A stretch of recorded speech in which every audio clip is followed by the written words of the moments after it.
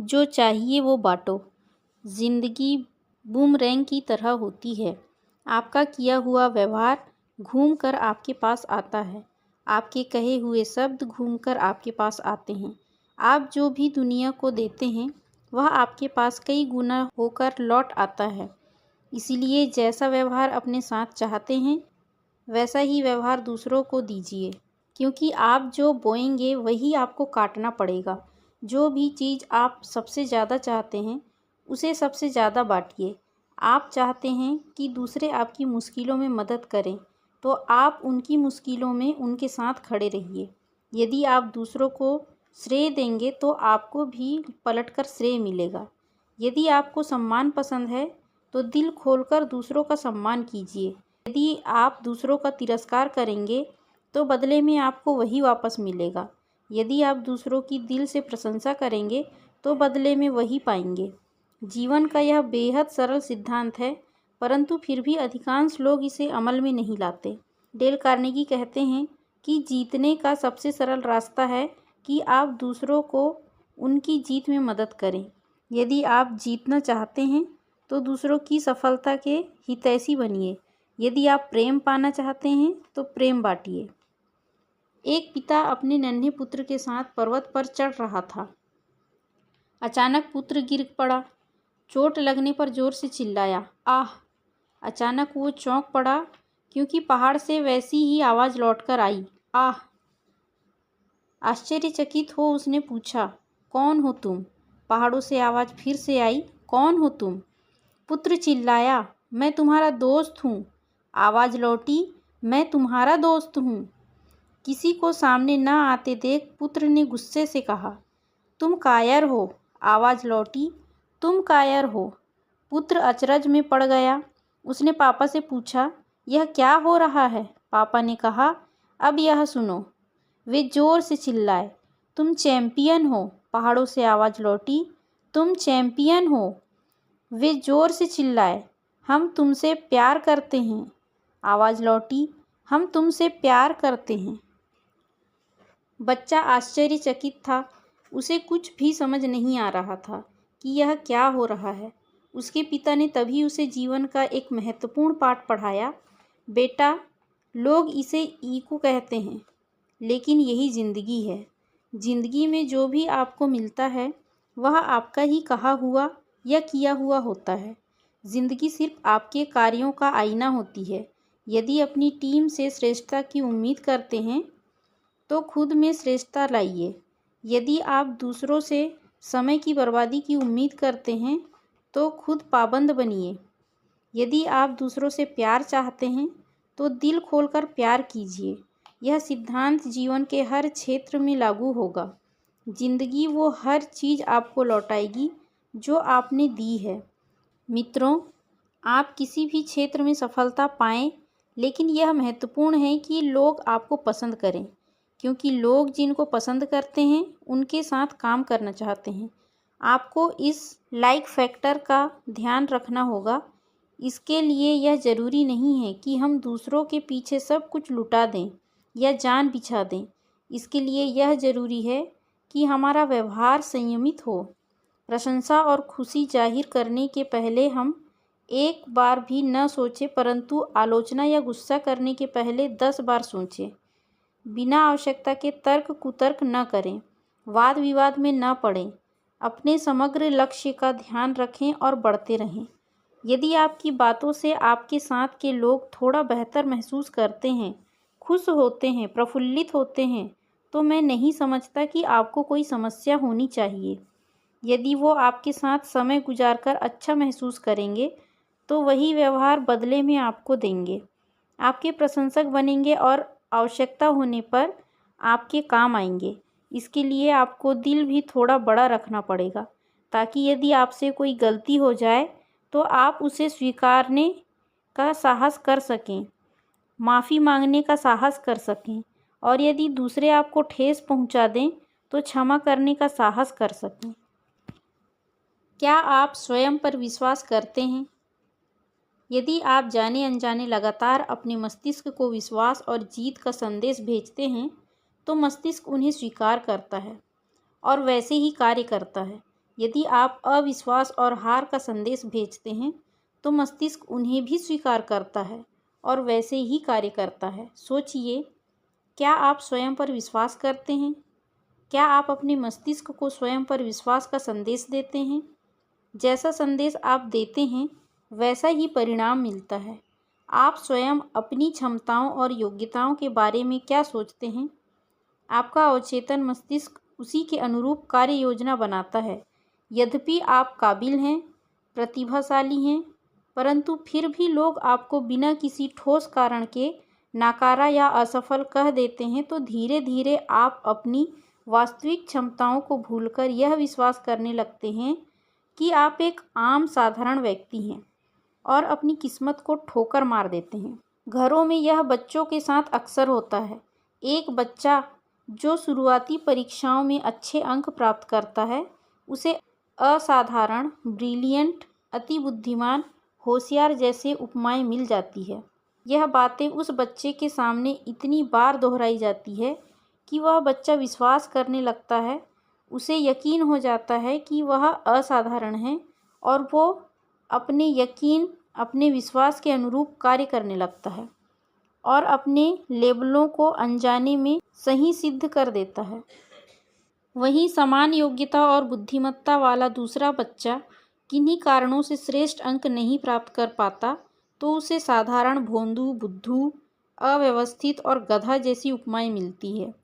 यह उपमाएं बार बार दोहराई जाती है और अनजाने में वह बच्चा विश्वास करने लगता है कि वह बुद्धिमान नहीं है और साधारण रहने के लिए बना है। उसका अवचेतन मस्तिष्क सफलता की बजाय असफलता के लिए काम करने लगता है। यह नकारात्मक विश्वास उस बच्चे को अंधेरों में ढकेल देता है। माँ बाप की छोटी सी गलती, अनजाने में दी गई उपमाएं एक बच्चे को सफल लोगों की श्रेणी में और एक को आम लोगों की श्रेणी में ला खड़ा करती है। अविश्वास से आप असाधारण लोगों को भी साधारण बना सकते हैं और विश्वास से साधारण को भी असाधारण। खुद पर अविश्वास करना बंद कीजिए। आप भी वो सारे कार्य कर सकते हैं जो इस दुनिया में कोई और कर सकता है। लोगों ने आपको क्या लेवल दिया है, भूल जाइए और डटे रहिए। विश्वास को जिंदा रखिए, सारी दुनिया आपके पीछे आ खड़ी होगी। थॉमस अल्वा एडिसन ने विद्यार्थियों के बीच एक बार कहा कि मैं सैकड़ों बार असफल होता रहा। बचपन में मेरे स्कूल की टीचर से बड़े होकर साथी वैज्ञानिक तक सब मुझे समझाते रहे कि मैं मंदबुद्धि हूँ। मैं इन प्रयोगों में समय, धन और जीवन सब बर्बाद कर रहा हूँ। मैंने उन लोगों की बातों को मानने से इनकार कर दिया। खुद को समझाते रहा कि मैं एक दिन जरूर बुलंदियों पर पहुँचूंगा। दूसरों के लेबलों को मैंने निकाल फेंका और अपने मस्तिष्क को अपने दृढ़ विश्वास का भोजन देता रहा। परिणाम आपके सामने है। क्या आप भी अवसर का रोना रोते हैं? हर महीने देश के विभिन्न हिस्सों में हजारों नए लोगों के बीच मुझे बोलने का मौका मिलता है। उनके जीवन में सकारात्मक परिवर्तन लाने का प्रयास मैं सेमिनार और कार्यशालाओं के माध्यम से करता हूँ।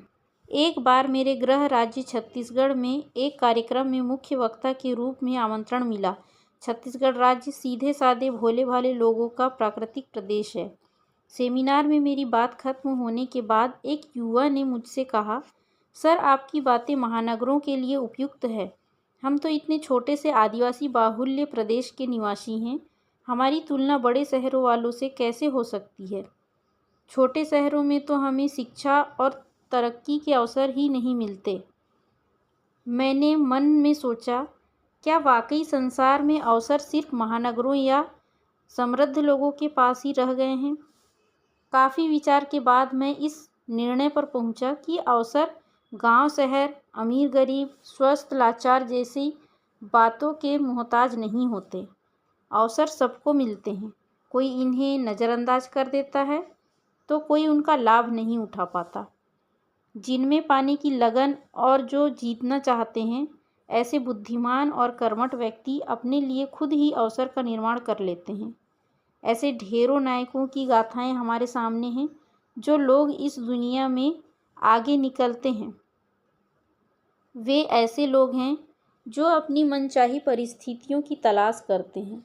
और अगर उन्हें वैसी परिस्थिति नहीं मिलती है तो वे वैसी परिस्थितियों का निर्माण कर लेते हैं। कुछ लोग अवसर खोने का कारण शारीरिक अक्षमताओं को मानते हैं, लेकिन गाथाएं कुछ और ही कहती है। 19 सितंबर 1967 को जन्मे जिम एबट अमेरिका में बेसबॉल के प्रसिद्ध खिलाड़ी रहे हैं। ओलंपिक खेलों में अमेरिका को बेसबॉल में स्वर्ण पदक दिलाने वाले जिम एबट की पैदाइश से ही दाएं हाथ की हथेली नहीं थी। बिना हथेली के बेसबॉल में प्रतिष्ठित पुरस्कार जीतने वाले जिम को देखकर ऐसा लगता है मानो अवसर सिर्फ इच्छा शक्ति के मोहताज हैं। कुछ लोग छोटी जगह के निवासी होने को तरक्की की राह में बाधा मानते हैं, लेकिन क्या यह सच है? भारत के पूर्व राष्ट्रपति श्री अब्दुल कलाम जी एक छोटे से गांव में पैदा हुए, अंतरिक्ष कार्यक्रमों के जनक बने, आज भारत के राष्ट्रपति हैं और जन जन के दुलारे हैं। यदि गरीबी सफलता के रास्ते की बाधा है तो धीरूभाई अंबानी, हेनरी फोर्ड जैसे लोगों को क्या कहें। ये लोग हमसे भी ज़्यादा तकलीफ़ों में जीवन जीते हुए बड़े हुए।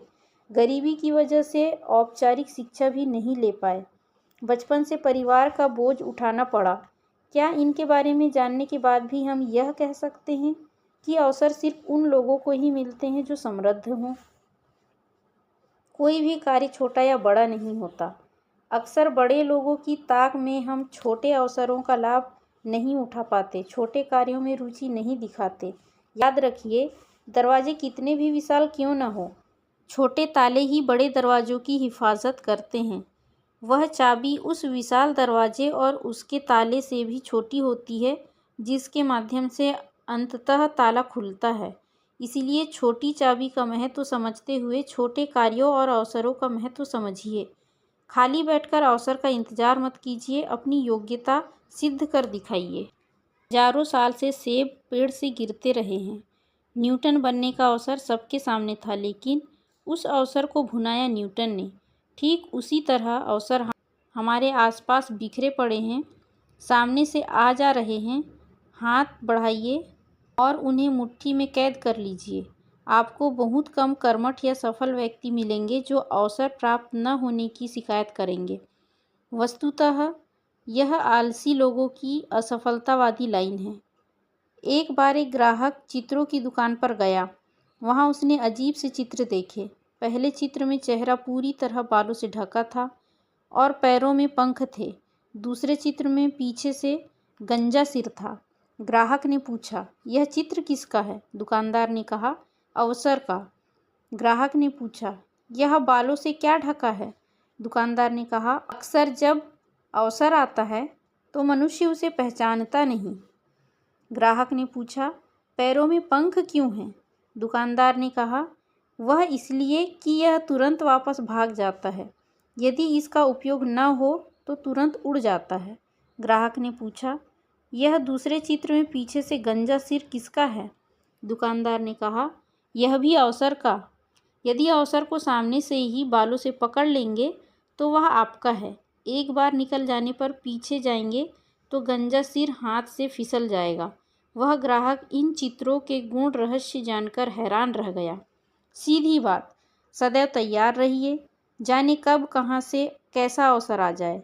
टाल मटोल की घातक आदत से बचिए। कोई अवसर छोटा या बड़ा नहीं होता। बुद्धिमान लोगों की तरह अवसरों का निर्माण करना सीखिए। यदि कोई अवसर हाथ से निकल जाए तो पछताने में व्यर्थ समय नष्ट न करो, फिर से नए अवसर के लिए तैयार हो जाइए।